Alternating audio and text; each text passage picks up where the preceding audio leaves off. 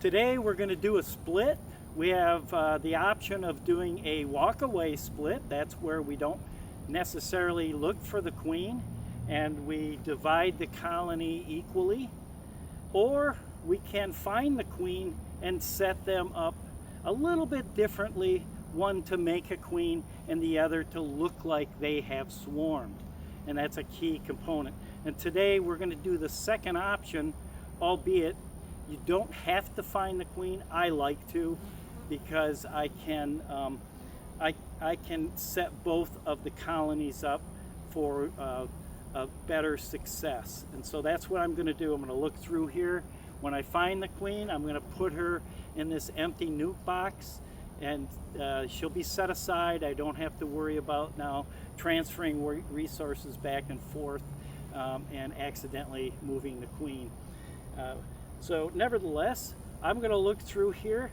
I'm expecting to find a lot of capped brood, and I expect also to find some open brood with eggs and larvae. Those eggs and larvae are going to be important for that new colony to be able to make a queen, because they need to have a newly hatched or emerged egg to begin that queen rearing, so she can be the strongest queen. And so they take a very, very young larva to begin that process. Nevertheless, I'm going to have two criteria in mind. On my original colony, I want to make it look like they have swarmed. And on our new colony, I want to make it look like they need to make a queen because they're queenless. And that'll be easy because they will be queen. Sources to make that happen. They need eggs and larvae. They need lots of pollen or bee bread to help make the royal jelly that's important for queen rearing. They'll also need lots of honey and nectar.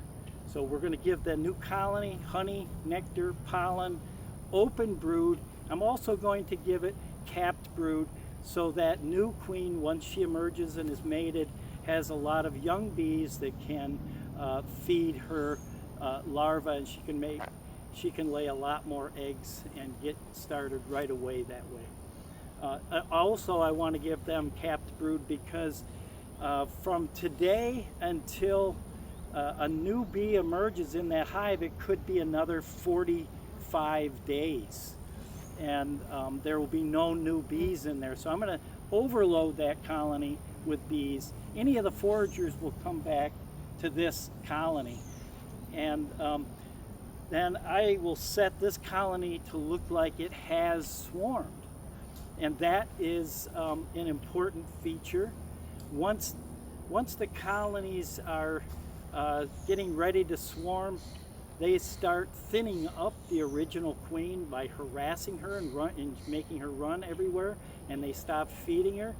And in that process, 8 to 12 days, she doesn't lay any eggs, or very, very few. So I'm going to take all the eggs out of here. I'm going to take all the open brood out of here, because when they do swarm, there generally is no open brood. And I'll leave a frame or two of capped brood in here, honey and pollen, and the majority of the bees will be the foragers. And that's exactly what a hive looks like once it has swarmed. And so that will satisfy their swarming desire. So anyway, as a full recap, we're making a split. I'm finding the queen. I'm going to set two hives up to be the most successful they can, one making a queen, one starting over again. So let's get started.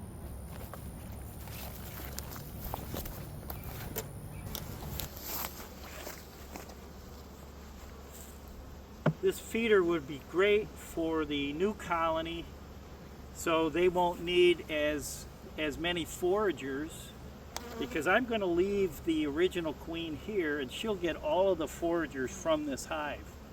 And when I move a lot of the resources over to the new location, they won't have any foragers, so giving them a feeder to get started is a great option for this split. I'm going to assess the colony and look at how much brood it has and where the honey is, and got this new hive all set up right now to begin making the swap. I've also got a nuke right here that when I do find the queen, I can set her aside in this nuke. In fact, I'll put that up here so we can see it. And she'll be safely in this nuke while I make the transfer of resources. So let's get started. I like to start at this end and open up the hive. You can start on either end, it doesn't really matter. So this particular frame is mostly pollen. There isn't any brood on here. A lot of bees, no queen. I do see some drone cells down here, and that's typical. It looks like we're a pretty full colony, so this is ripe for making a split. Wow, a lot of capped brood here. This will be super for the new colony. Same for here, a lot of capped brood. So I'm anticipating this whole box is full of brood, and we're going to remove some of that. These are going to be perfect for the colony that's going to make a new queen. She'll have a lot of young bees to help her get started, so that's perfect. The queen doesn't like the dark, so I'm looking at the dark side of the frame first. Again, lots of capped brood. This hive is going to explode real soon. Alright, where's our queen? She wouldn't be on those frames because there's nowhere to lay. Same for this one, nowhere to lay. So chances are she's not here, and I don't see her. They're making lots of drone cells. That's an indication that they're getting close to making a decision. Another capped frame of brood. So we've got a lot of young new bees hatching soon in this box, and I have a feeling a lot of my hives are this way, so I'll have to make a lot of splits today, which makes me happy because I get more colonies. Alright, here is open brood, and if the queen is up in this top box, she's more inclined to be on this particular frame. A lot of pollen, so this will be a good frame to bring over to the new hive so they can use that protein to make a new queen.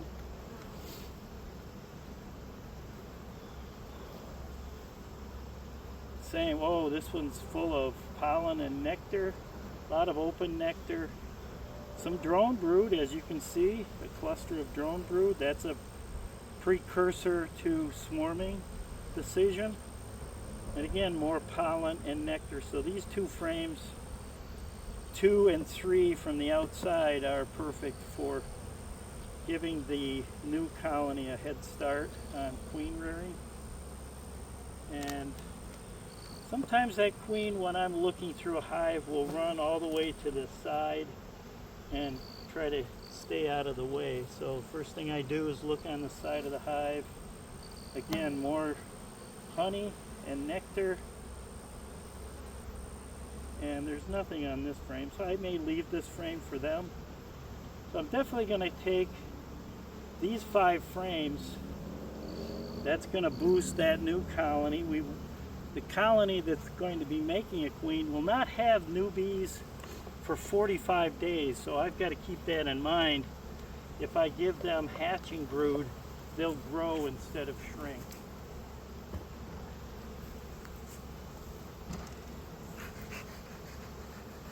Yeah, this is quite full colony. And I'm anticipating finding the queen somewhere Well, it's hard to tell in this particular one. I like to take the second frame out, it's easier to remove. A lot of pollen and a little bit of nectar. She's not here.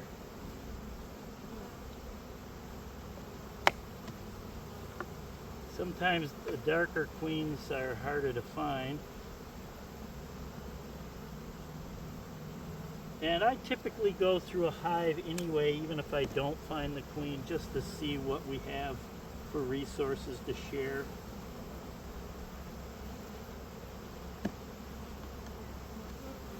Looks like the bulk of the capped cells, well, here's a whole bunch of capped cells. Newly hatched bees on this frame.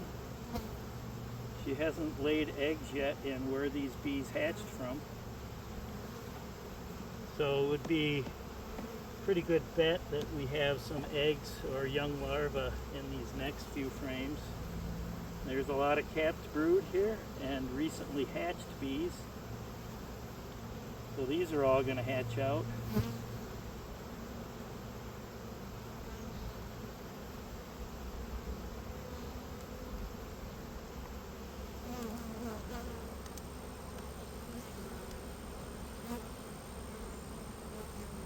Same here. I don't see, oh yeah, here's young larvae and eggs in here. So we're getting close to where, there's the queen, I found her, she's right here. That green dot on her, so she's a last year's queen. I'm gonna put her right in the middle here so I don't lose her. And now I can start sharing resources. And we've identified that actually these 5 frames are just perfect, and that's what I'm going to put in. I'm going to put the pollen and nectar on the outside area.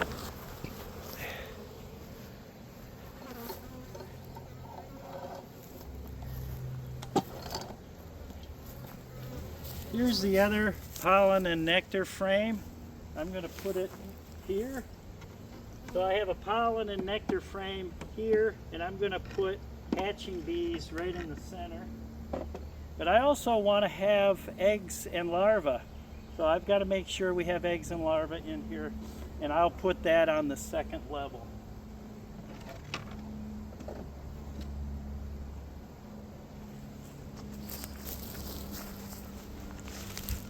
As you can see, this is largely capped brood. That's all capped brood. Those bees are going to hatch out soon, so they have a nice large workforce. I'm going to put those in here.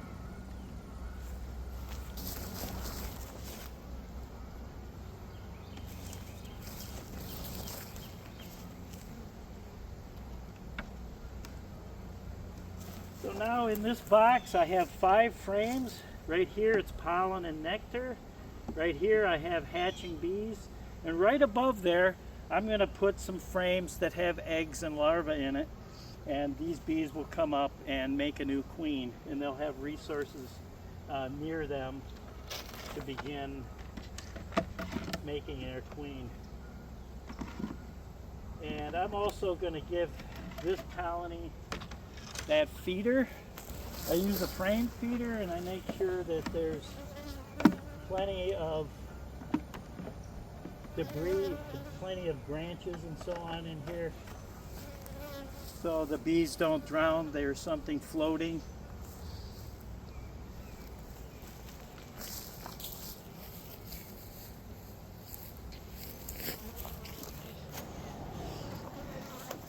So now that I have my frame that has eggs on it, there's a lot of larvae right here, and just outside of that are some eggs and newly hatched larvae, and that's on both sides. You can see there's plenty of nurse bees on here.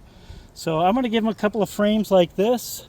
This will have some queen cells on it, and it's the perfect frame for them to begin making new queens. And I'm going to put it right above where those resources are down below, so they have it right there for them to make those queens. So I'll grab a couple more of those and shake some bees in, and we should be all set.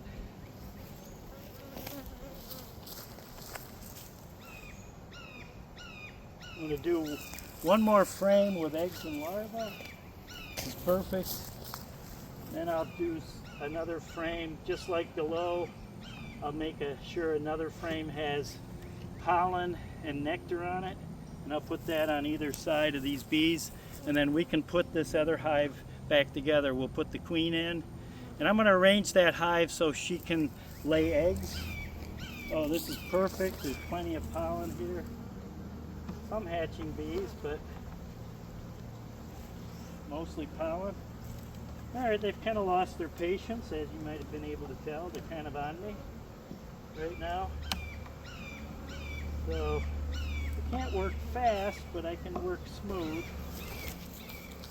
A little bit of pollen and nectar, and then I can put one more frame in, and we're all set. Except I want to shake some bees in, because as I was saying before, our original hive is going to have a lot more bees, because they'll have the foragers, and so I'll shake a number of bees in. Any of the foragers will fly out of here and go back there, so I'm not concerned about that.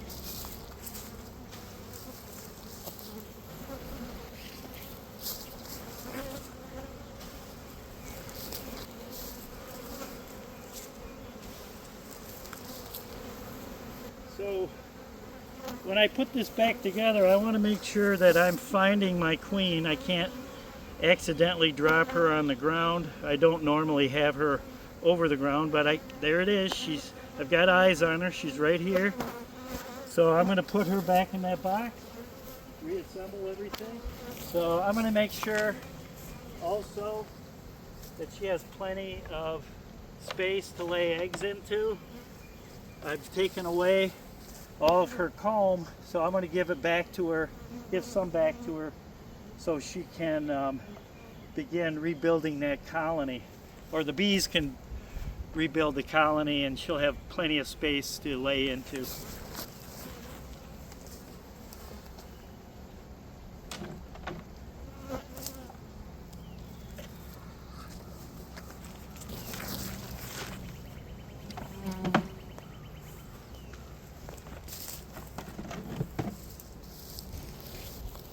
Just a quick recap. So again, there's no queen in this box, so I made sure that they have plenty of resources to make a new queen.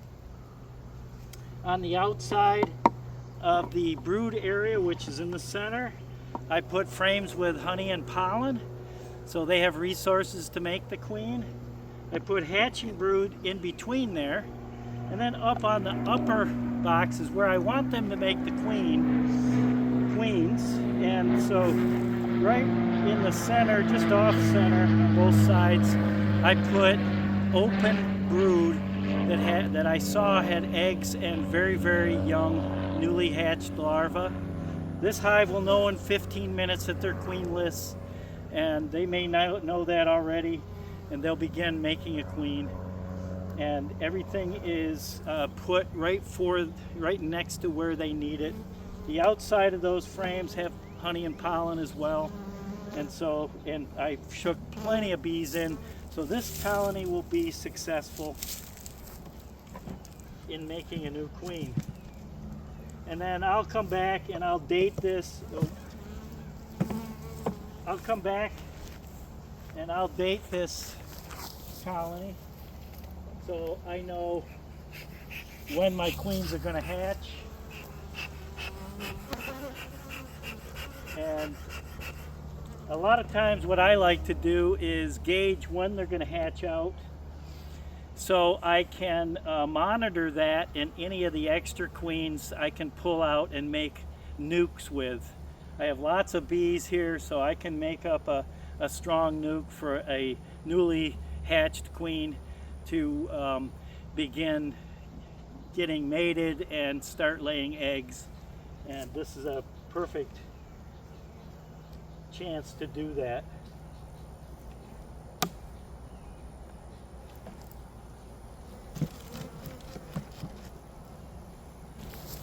And there you have it, a walk-away split where we found the queen. Had I not found the queen, I would have had to do the exact same thing with both hives, making sure that there was eggs and larvae and plenty of resources next to the eggs and larvae. I like to have them make the queens up above. The heat rises, and I would do that in both boxes. But in this particular case, I found the queen and left her over there. I shook a lot of the bees into here and gave this box a lot of hatching bees. This queen, once she gets out, in about 13 days, it takes 16 days to go from an egg to an adult, but they're going to start with a newly hatched larva. So in about 13 days or 2 weeks, we'll have a new queen in here, and she will have to mature for another 3 to 5 days before she goes out and gets mated, and then another 3 to 5 days before she comes back and starts laying eggs. But it's 3 weeks from there before you have a brand new newbie in this colony. So by giving them a lot of hatching brood, I keep that colony nice and strong with a lot of bees. And so once they have hatching brood, this colony it just does nothing but grow. And the same for this other colony. In 3 weeks we'll have hatching bees again, and it'll begin starting that process of getting real strong. There you have it, a walk-away split.